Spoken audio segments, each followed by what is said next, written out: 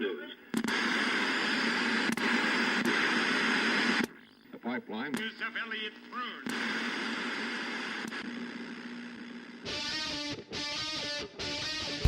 Hey, yo.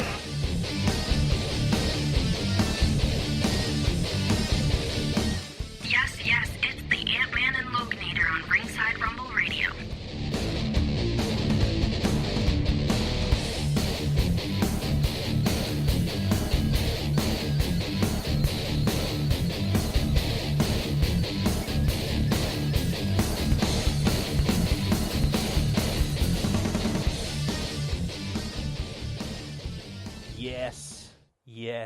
Yes, we are here.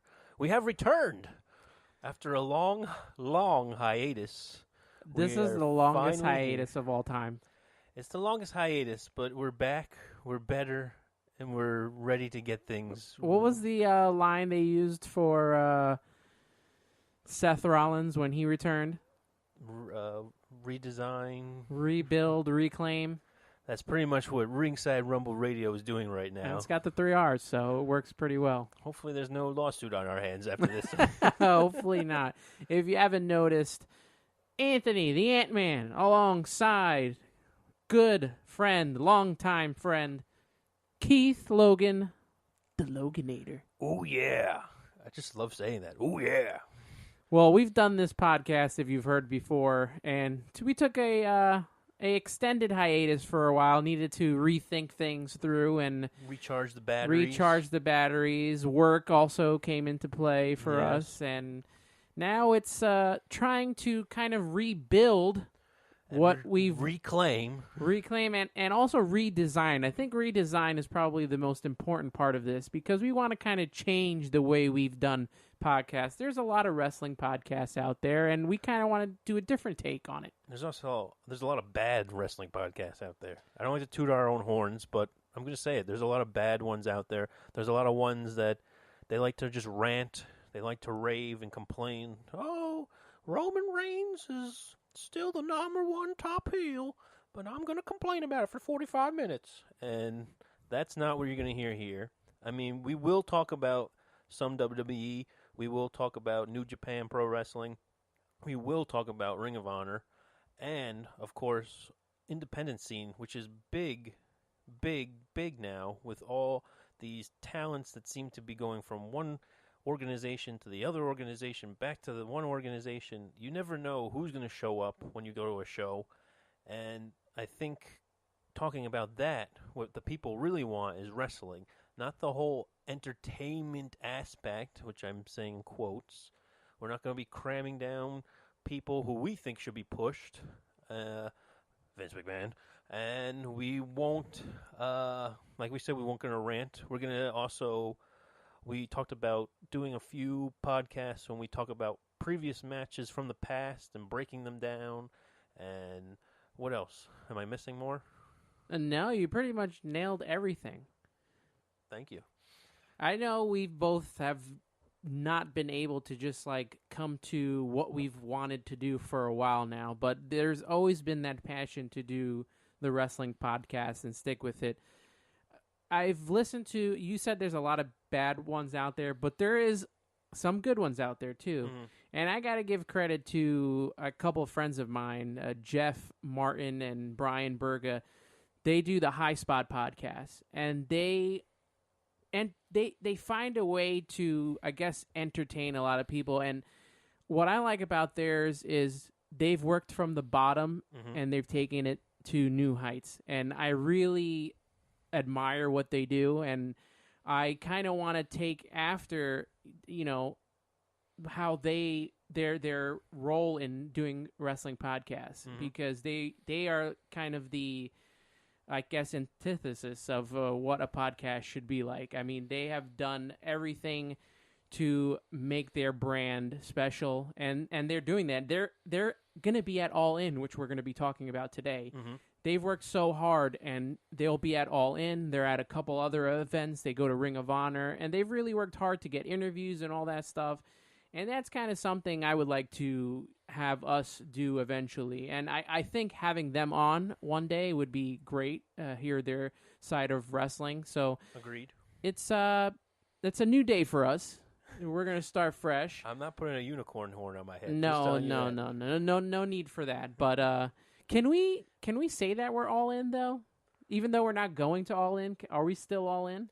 I think we're all in. I mean, if you watched any bit of the press conference or you've seen what's going on in the news as a wrestling fan, you have to be getting a little bit excited. There has to be that tingling you feel down in your stomach when you turn on the TV and you watch a match and you're like, wow, I've just been amazed for the last 15 minutes.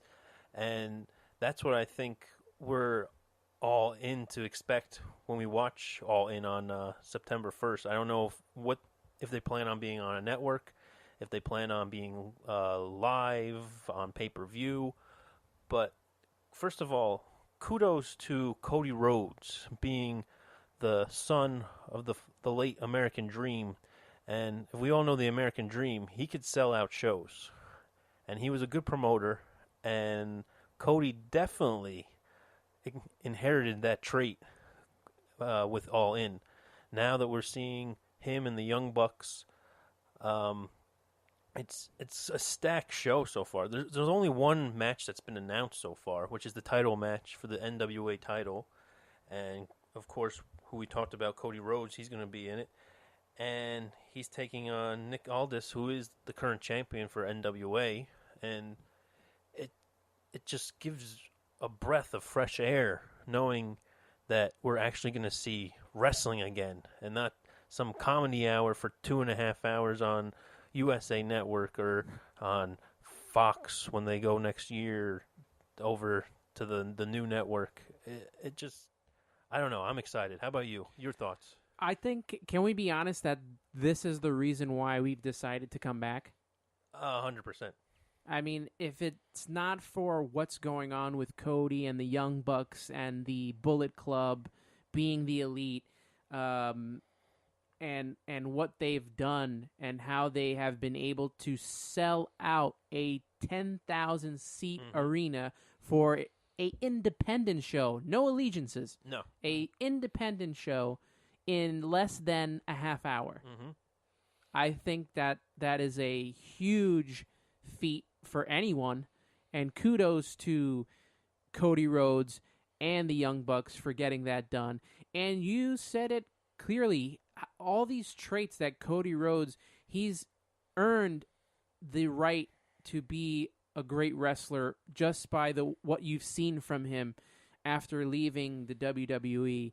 And he can leave and do this special stuff because he's learned from his father after his father was a promoter and created so many great things like the War Games and all these matches that he's created in his time for WCW. He's done some things for the WWE as well.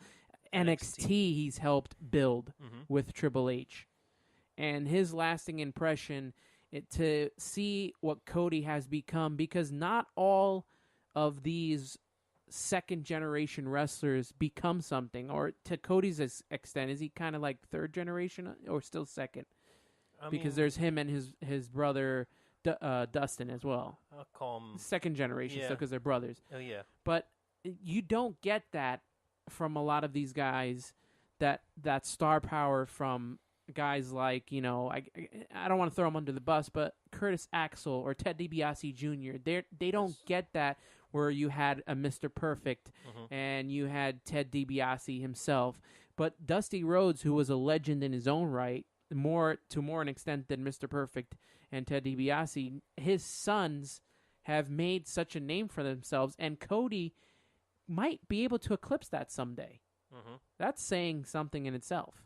Well, if you remember where he started off pretty hot when he was paired with Randy Orton. He was pretty hot when he was tag team champion with Ted DiBiase Jr.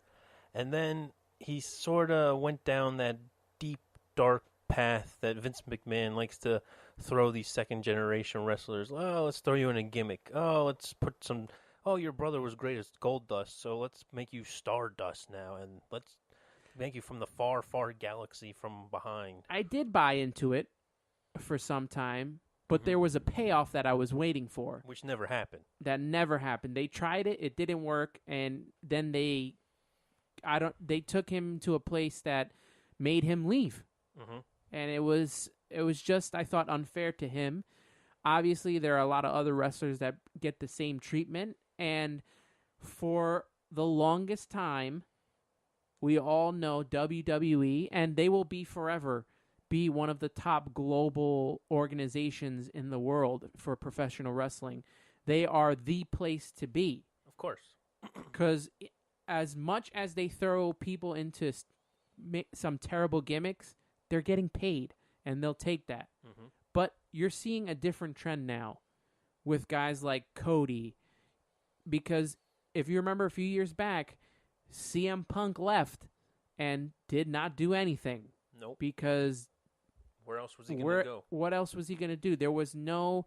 Even if CM Punk went to TNA, I still don't believe that TNA would have took off. No. Well, first of all, they probably couldn't afford him for whatever price tag he was going to ask for.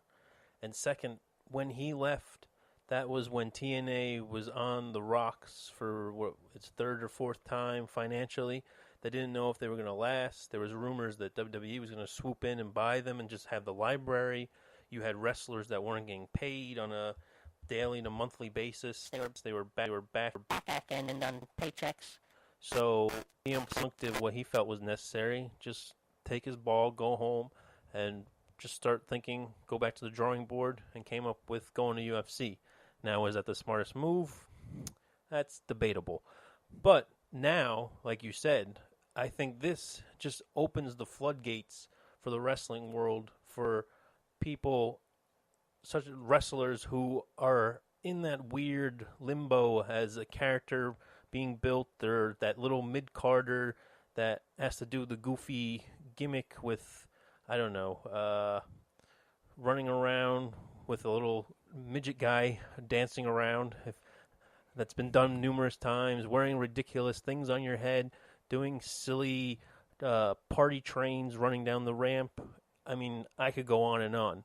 Now, this gives you the opportunity as a wrestler, and I'm saying wrestler in quotations because this is what it's all about.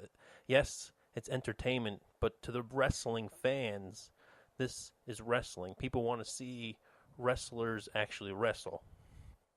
They do. And to really understand All In and how important this is for the state of professional wrestling, you have to go back to when Vince McMahon kind of started the, I guess, global takeover of wrestling, because back then there were territories. It was all about territories. The NWA was a pretty big thing back then, and there was a whole bunch of territories. There was Georgia Championship Wrestling, Mid-Atlantic Wrestling. There was wrestling in Texas and Oregon, and the list goes on and on.